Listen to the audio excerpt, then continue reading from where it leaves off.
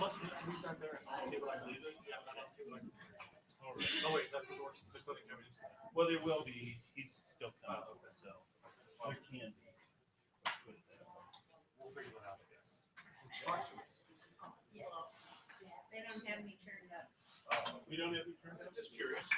Let me I thought you see. didn't lost your voice since yesterday. I want to see what you see, so I know not to move into this shot. Boy, this shot Oh. move all over everywhere. You're gonna be in the shot. Oh, I've tried so hard to. Check, check, 1, 2, 2, 2, 2. Okay. Check 1, 2.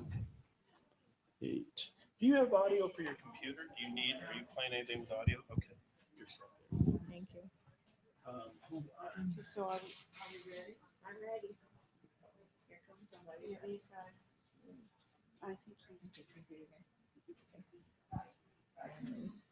Here comes somebody. Okay, I'll take it. We're almost ready to begin. We just got a few latecomers coming in. Want to make sure that everybody has a handout before we begin. Does anybody need a handout?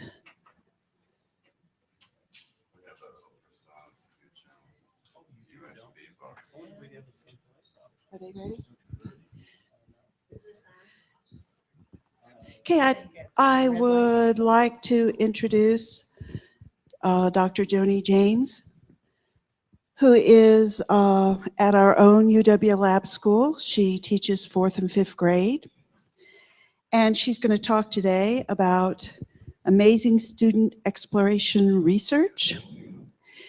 And this session will last until 11:40. It's a 30-minute session. Check. And we are streaming Check, check. live. We have distance students listening to this presentation. And so I'd like to invite you to ask questions, but I do need you to signal, wave your hand. I'm going to be standing over here. I'm going to bring you the microphone so that you can ask your question, because our distance participants cannot hear you without the microphone. Okay? Thank you. Okay, so please ask questions throughout the presentation. I just left my 4th and 5th graders to come over here, and they all said that I should mention their names, so just pretend I did. So we do teach them how to do amazing project presentations. They get up in front of a group of their peers and adults, and they present for an hour or more without ever reading anything to us. And they involve their audience in an active way in numerous ways throughout their presentation. So I'm going to kind of show you how it works. It involves a lot of technology. It's pretty innovative. The kids are totally engaged in this process. They love it. In fact, once they put all the work into researching their project and presenting it, a lot of them will come up to me right afterwards and say, "Can I do another one?" I had my grandson with me in 4th and 5th grade for 2.5 years, and he was a needy, very needy student, didn't like school. He liked the lab school, but he didn't like school before that. He was a behavior problem. I sat with him for hours at home to put together presentations with him, to help him do the work of presentations. And we worked and worked, and he wrote a written report, made up like an 80-page PowerPoint, presented it, managed the class, taught him everything. And I thought he would be exhausted. I made him practice before he gave it like 10 times. And he was kind of exhausted. Then he gave the presentation, and immediately afterwards he said, "Grandma, can we do another one?" So it's something that really strikes the interest of kids at all levels. So I'm going to start out with the first page, just telling you why we do these. First of all, they're really worth doing. The kids are exposed to so many things that I would never have time to prepare or research to present to them. And I'll show you some examples of some of the topics that they're exposed to. The students can choose what they want to present. It's related to their personal interests. And they have to approve it with me, because I don't want them to just bring their dog in and say, hi, this is my dog, and he can shake hands. If they bring their dog in, they do a research. They research their dog and the breed of their dog and all about their dog, and they teach us something. They're appropriately differentiated, like I told you before. So kids at all levels are successful. They're pretty open-ended, but have also some guidelines. They're challenging for the kids. They're meaningful. They're very memorable. Kids come back to me in graduate school now even and tell me how they remember what they did in 4th and 5th grade. They're fun, and the kids are really engaged. The kids have the chance to shine and be the expert in the classroom. They're the ones that are up front. They're the ones that are managing everything in the classroom. They're the ones that are teaching us, and they feel so good about themselves. They have to manage what they do. By the way, this is all on page 1, but they have to manage what they do at home. I teach them how to do this at school first, and then they go home and they prepare their own individual project, and they have to start like 2 months in advance of their project and follow a flow chart, which I have in your packet. So it gives them a lot of self-confidence. They learn from each other. They learn both content and they learn presentation skills, because the kids in the audience help to evaluate or assess the presentation. They're very tactful, but also they don't just say, that was a really good job. I say, well, what was good about it? You know, you gave us good eye contact. You spoke in a clear, distinct voice. I learned so much. You told your facts in a really clear way. Your PowerPoint was well organized. Things like. And I went through the new Common Core State Standards to see how many they address, and they address the majority of the Common Core State Standards in one project presentation. So this is how we start. We start out, first of all, in class, and I teach them all together how to do a project presentation. For instance, last year we did owls as our class presentation. And first I had a encyclopedia article that was at the kids' level, and I taught them how to read this nonfiction material, how to pick out important points, how to underline or highlight everything on the page, you know, and then how to take notes from that expository material in their own words under category headings.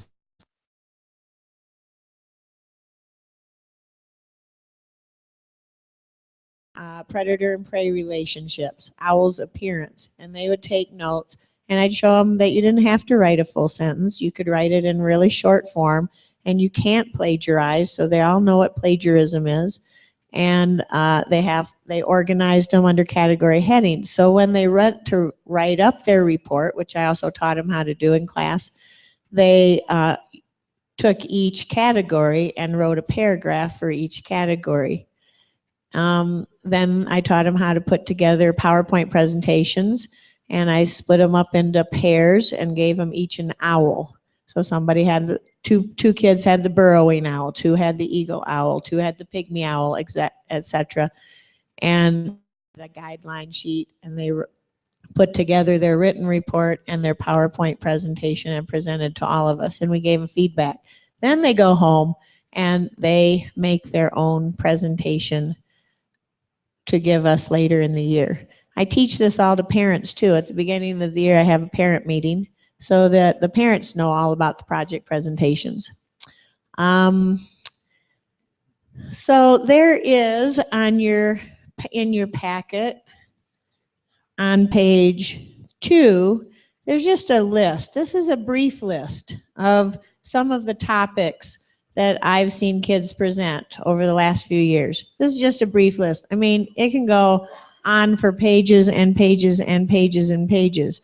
So sled dogs. I remember one year we had a student did his presentation on sled dogs, and as the audience participation, all the kids in the class became sled dogs. And he was the driver of the sled team, and we went all over the school and he drove us, you know, with the G and the ha and, you know, those commands. We've had, well, one year we had a presentation on baseball.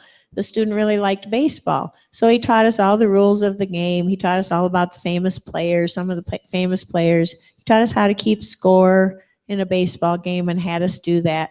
And he had audience involvement throughout his presentation in the classroom. And then he arranged, believe it or not, he arranged for us to go to the Rockies game in Colorado as part of his audience involvement. Now that's pretty phenomenal, don't you think? And I'll show you more as we go. So then on the next page, we have the exploration project rubric. And this was initially developed by the students, because when I first started doing these exploration research projects, I didn't have very good guidelines, and the projects were pretty bad, to tell you the truth. They wouldn't really put their time into researching, and they'd get up in front of us and kind of make up their project as they went along. And their visuals might be a little diorama with a little teeny tiny door in it that no one in the audience could see, or a poster with little pictures. And when kids asked them questions about their topic, they really hadn't researched very thoroughly, so they would make up the answers instead of answering truthfully. They were pretty pitiful, which led us to coming up with these this rubric and modeling the projects and teaching them. And now they're really phenomenal. So on the exploration project the exploration project rubric, you can see that there's a section for resources. They can have any resources they want. The guideline is they have to have 4 or more. We encourage them to start with books because books are becoming kind of a lost art. So start with an encyclopedia, then go to books, and then go to magazines, videos, and the internet, and interviewing people. But it's wide open what resources they can use. And we teach them how to write a really simple autobiography in 4th and 5th grade with just the title, the author, the copyright date, and the page numbers used. Then the written portion, you can see that the written portion is also open-ended. Now, when we teach, like when I teach my OWL thing at the beginning of the year, we write a normal report with the thesis statement and every paragraph with a key idea and supporting details, and a conclusion at the end. But when they write their own exploration project written portion, they can do any genre they want. They can do a newspaper with articles about their project. They can do an interview, and I'll show you some of these. They can do like an eyewitness book or even a poem. So I'll show you some of those in a few minutes. So it's very open-ended there, and it allows for their innovation and creativity. Then the visual portion. The visual portion, they just have to have creative and interesting visuals that are clearly viewed by the audience. Okay, so almost all of them do PowerPoints or Prezis now. Almost all of the 4th and 5th graders do that. And then sometimes they dress up, which I'll show you in some of the pictures that are coming up. And sometimes they bring artifacts in to pass around, or they put something under the document camera that will come up for everybody to see, or they'll make a poster, etc., etc. Here's a sheet if you want it. So they're very open-ended, and they can be creative in whatever they decide to do. Then in their presentation is also very open-ended, but it has some guidelines. For instance, they have to involve their audience in at least one way. That is their favorite part by far. Some kids have centers that they set up, and they have their parents help lead the centers. And then the kids rotate from center to center.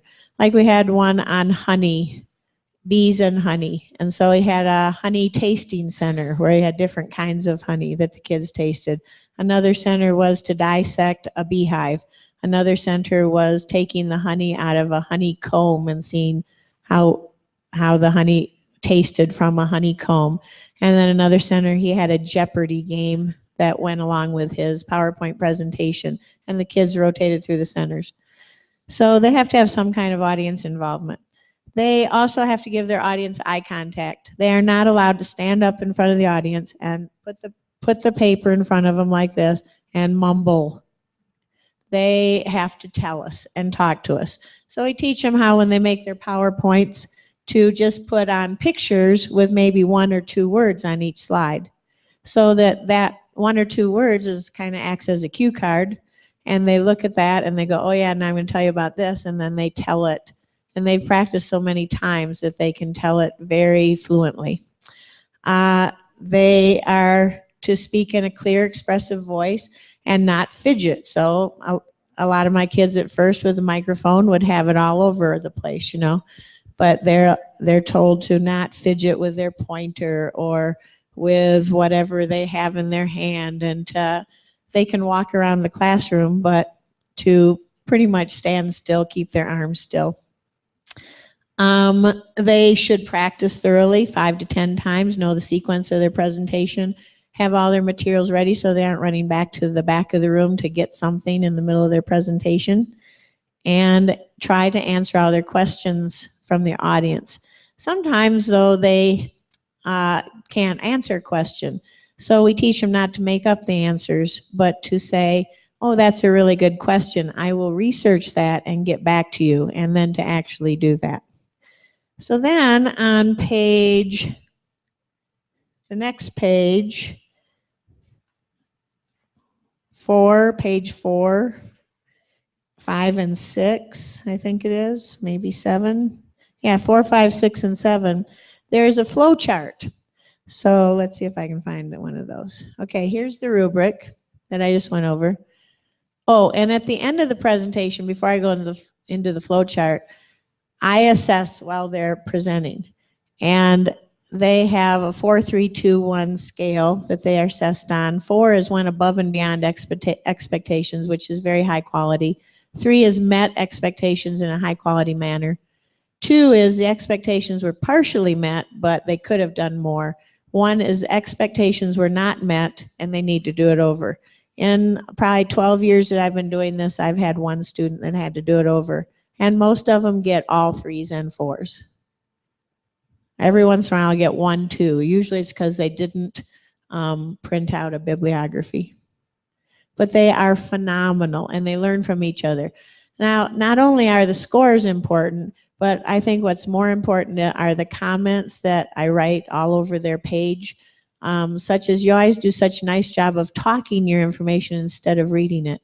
I loved how you told the story about how a great white might confuse a man for a seal. Your PowerPoint backgrounds were phenomenal. Nice job of pointing out things in your pictures like notice the hands compared to the tooth size. It was great to not only tell the size of the great white, but equate it with a minivan and show us with tape on the floor how big it was. So I write comments that are specific, and I give them also comments that are specific about how they can improve. Be sure to give your audience eye contact. Try not to fidget with your pointer. Okay, and at the end of their presentation, the students give comments, oral comments. So we start out with positive things they learned, things that the presenter did well. And they have learned how to be tactful and specific in their comments. Then we sandwich in up to 3 suggestions for improvement for every student. And usually they get about 3, and then we always finish with things that they did well. Okay, in the past I've had them videotaped and the kids would take them home and self-assess themselves with their parents. So the research, the flow chart, I lost it.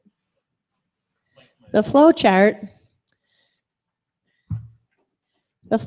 which is on your handout, is, okay. So this is just, I teach them how to use this when we do our OWL project at the beginning of the year. And I teach them how to use it, and it starts out with choose a tentative topic. Get teacher approval. Well, they take this home and they can also get parent approval at home. They don't have to come and get my approval every time. Sometimes I will approve it and then they go on to the next step. Sometimes I won't approve it because maybe it's not rigorous enough. And so I'll tell them to try again.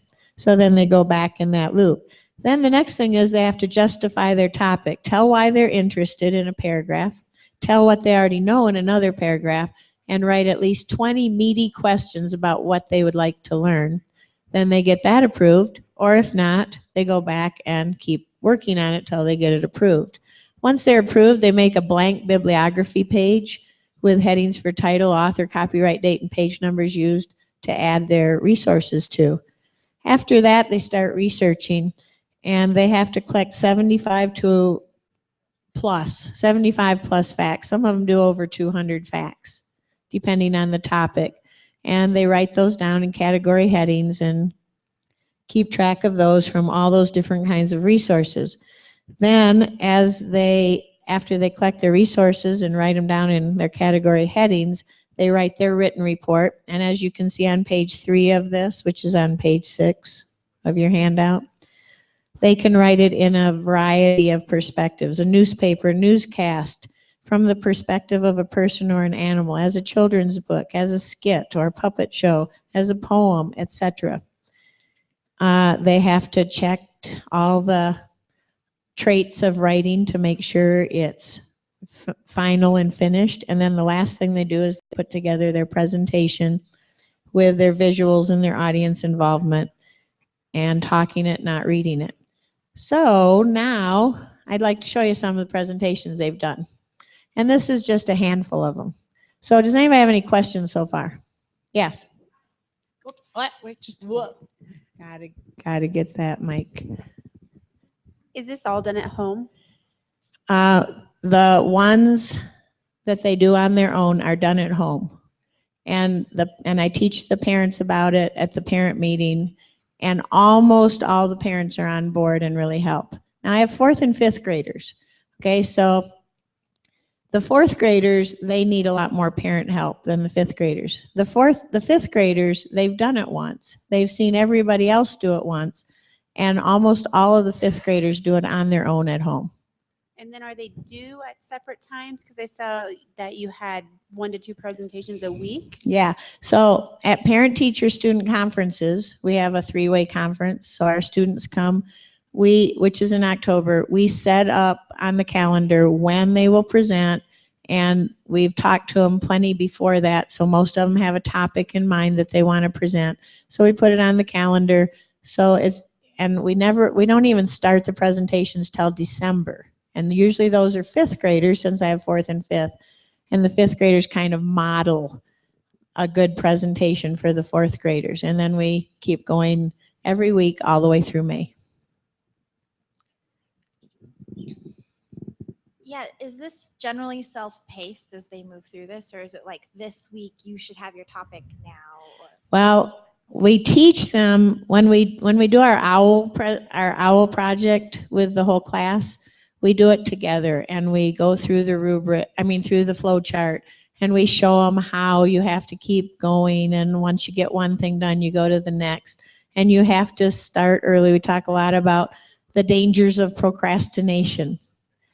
And then at home, we talk to the parents about this too at parent meeting, which helps a lot. And then the parents help keep the kids on track at first. But like I said, the 5th graders are much more conscientious about, oh, I can't wait till the last minute. And they'll tell the 4th graders that. So that's one of the advantages of having a multi-age classroom, is the 5th graders lead the 4th graders and teach them a lot. But it is self-paced at home. And they have to figure that out once we teach them in school. Good question. Any other questions right now? Okay, so I'm going to show you some of these project presentations that the kids have done. This one, he was a rancher's son, and he wasn't very into school. He was more into the outdoors, but he decided to do his on artificial insemination because that's what they did on the ranch. Now, you would think all the kids would giggle and laugh and be embarrassed. Not at all. Not at all. The adults would be, but not the kids. And he had a PowerPoint, showed us how it all worked, and he had a pseudo cow, had us put a plastic glove on that came up to our shoulders, and we all reached into the pseudo cow to artificially inseminate it. And this boy, he did his last year. His dad is a doctor, so he's very interested in being a medical scientist or a doctor himself. He did his on the digestive system, dressed the part, as you can kind of see there.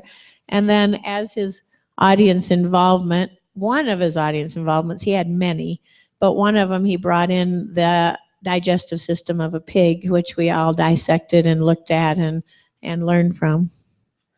This boy did his on parakeets. He loved the parakeets in the back room. I have 2 parakeets, and so he was very interested in them. He had some emotional problems, and he would often, when he was stressed out, he would go into the back room and talk to the parakeets. That helped him better than any counselor or anything else. So anyway, he went back there and he loved the parakeets. So he researched the parakeets, and then you can see his PowerPoint over here. He's showing us how they look out of the side of their head like that, because their eyes are on each side. And then he, as his audience involvement, he dressed up one of the other kids in the class as a parakeet, and we had a talk show. The parakeet was the guest speaker, and all the kids in the audience had a question that they asked the parakeet, and he would answer it. And this little boy took the microphone around as the talk show host. One of my most memorable project presentations was a girl who did hers on volunteering, and she went to all of the big volunteer organizations in Laramie, such as the Soup Kitchen and the Interfaith Good Samaritan.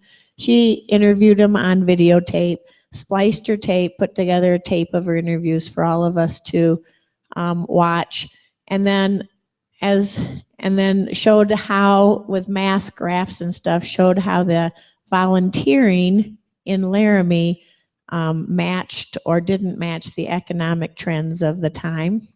So then, as her audience involvement, she arranged for all 24 of us to go to the soup kitchen for a couple hours.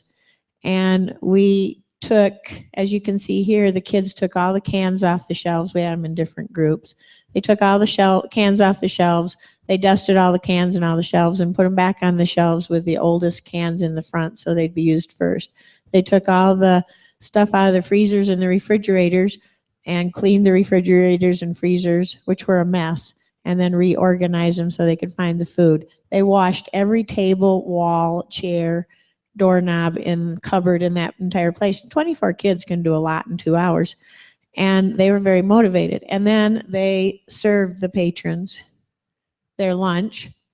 And then after they served all the patrons, they went out and sat with the patrons and talked to them while they ate. It doesn't get any better than that, I don't think. Oh, and this one was pretty interesting. This is this girl's grandmother, and she was having her 99th birthday in a nursing home. She lived in a nursing home in Cheyenne. The grandmother had written a book about how her life correlated with the history of Wyoming.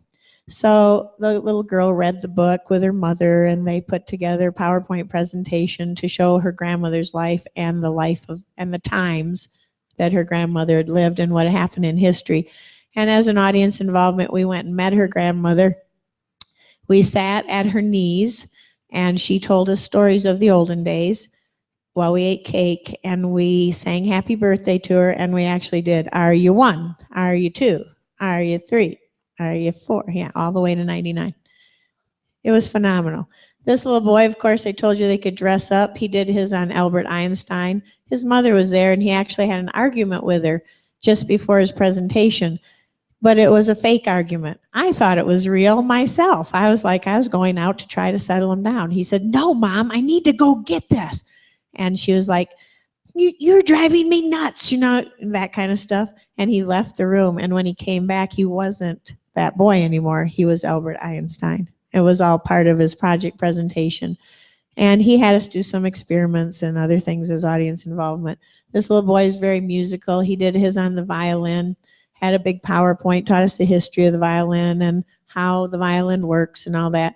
And then he had cardboard violins for all of us. And he taught us the correct position and how to hold the bow and that kind of thing. And he played us a song. And this little boy told you about the bees, dressed up as a beekeeper. And here are some of their written portions. This one is written like a scientific book, like an eyewitness book. But they can be written in any of those genres, which they really like. Like the little boy who did the digestive system wrote his written report as Bob the Burger. So Bob the Burger was like this living thing and went through the digestive system all the way through, and all of the experiences of Bob the Burger. So here's one that's written as a newspaper. This was on plastics and recycling and that kind of thing. This girl went to Costa Rica, so did her presentation on Costa Rica, and she made a scrapbook with pictures. This is a wildlife page, and pictures of the wildlife, and then a description of the wildlife. Here's another eyewitness book format. So the Common Core standards, depending on their subject, a lot of science and social studies is addressed, and a majority of the language arts. So I guess my time is up. Do we have time for questions if they want to or not? We got started a minute or so late, so. Okay, if let's you have take a any other minute for questions, please come up and ask me, but thank you for coming.